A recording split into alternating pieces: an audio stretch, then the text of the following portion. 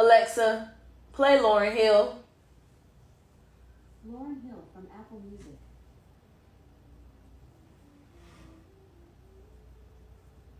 I can rock with it. So today is one of those days where I just am a bit overwhelmed and I just am so tired, but we just got to sign a new project. So let's get into it.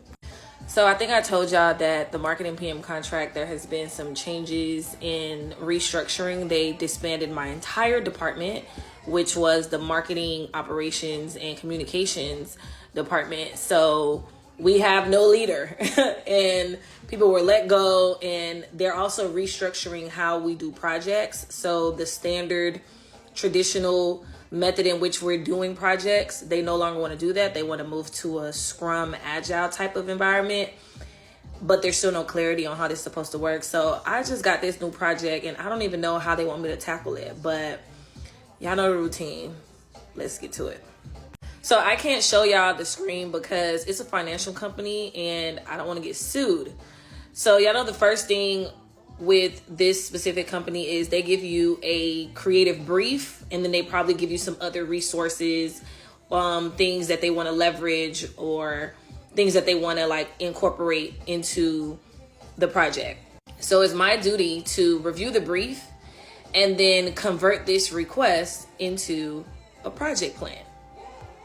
Now, when you're interviewing with a company, you need to make sure that you are asking them, do they already have like these systems in place, or is it expected for you to be building these things from scratch? So this project plan will not be built from scratch. We have a system set up that all I needed to do is plug and play and it generates what I needed to generate. But you literally may be at a company that does not have that and they're expecting you to do it. And I'm telling you right now, there's nothing wrong with doing it, but make sure you add that price, add that tax, because it's a lot of work to develop these systems and put things in place, and you're not going to get that for the free ski. I'm sorry. How you going to win when you ain't right within? How you going to win when you ain't right within? Come again.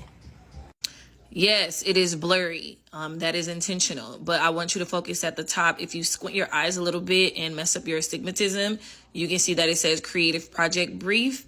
And then it has pretty much all the things that you would need in order to understand this project so you can develop a project plan. Now, I made a YouTube video in which I created a fake project brief that kind of had these elements in there. Every company does things differently. Everybody doesn't call it a brief.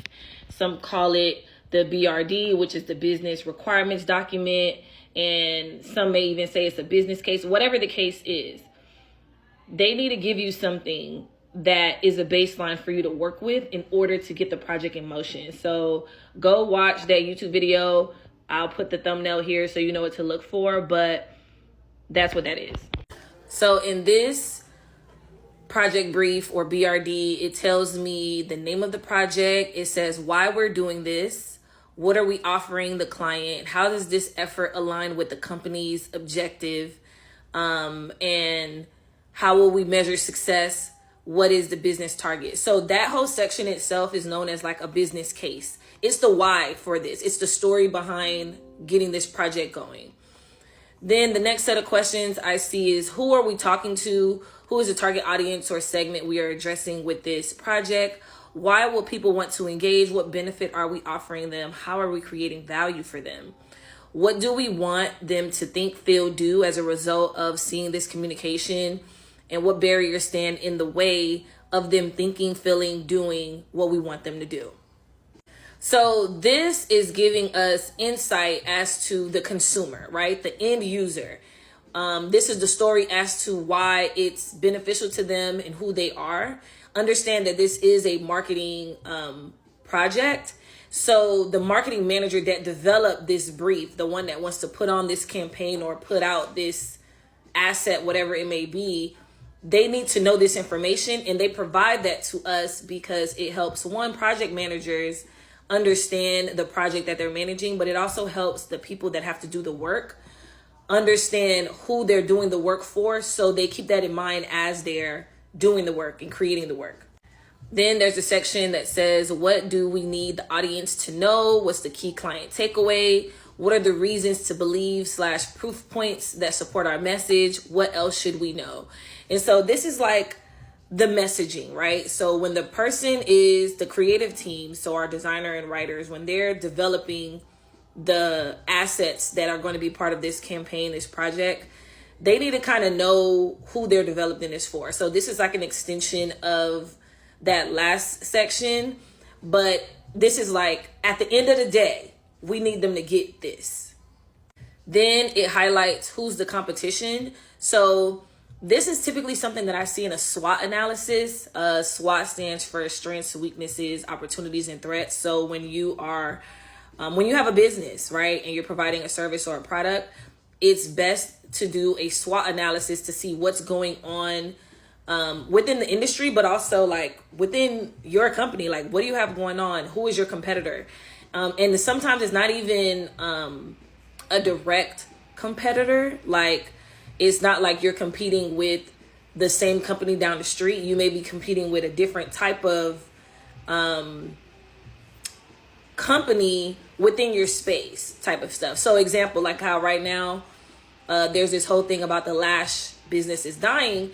Well, the lash business isn't necessarily dying. It might just be paying this price for this experience is too much.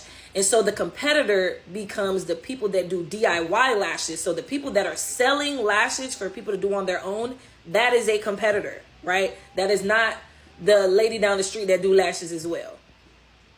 Then they have the next set, which is what's the format, which are the deliverables. So we have our deliverables here broken down as digital deliverables, and then we have production and asset deliverables, print and PDFs, and then other. So when we say digital, that's the stuff that literally will be online. Like, in order to access or see this, this is digitally somewhere. Production and asset deliverables, those are stuff that you might get in a video, you might hear on a radio. It might be like some type of presentation, right? So the presentation can happen in person or online, maybe a photo shoot, stuff like that. And then print and PDF deliverables is exactly what it sounds like. This is something that is printed, right? It is a literal document, a tangible document that people can touch and feel, like a letter in the mail, like a brochure, postcard ads, stuff like that. And then other deliverables, maybe, I don't know. I really don't know. I haven't seen anything here that constitute as other, but that's how that is. And that was the entire brief. So I'm going to go back in and actually read all this stuff, and then I'm going to create the project plan. I'm going to see if I can actually show you what the plan looks like in its bare state with no specifics in there. But we never really know, because, you know, I be trying to make sure stuff stay G14 classified. I done inputted the basic stuff, and now it's time to turn it to a project. All right, let's turn that screen sideways. Y'all know the routine. And this is just a template, okay? So all I did was generated a template.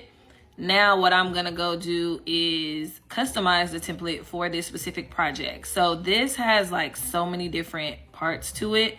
Our template is for like any possible type of project, which is why you go and customize it. And y'all see how extensive this template is? Someone had to make this, and it has been continuously been updated. And this is the reason why I said you need to find out if your company already has these templates and things in place, or if they're expecting you to build out a template.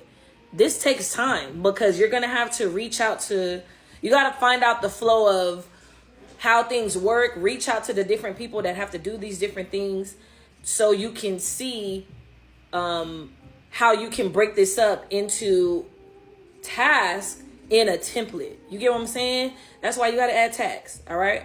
So before I go in here and start adding very specific information, like who it's assigned to and the start and end dates, I want to eliminate the tasks that I know we're not going to be doing for this project. So after I read the brief, I learned that we are literally making email templates.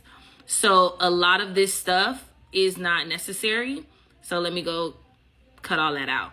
All right, so here's what I am removing. We don't need 2 rounds of concept review. We don't need 2 rounds of creative execution. Oh my God, time is running out.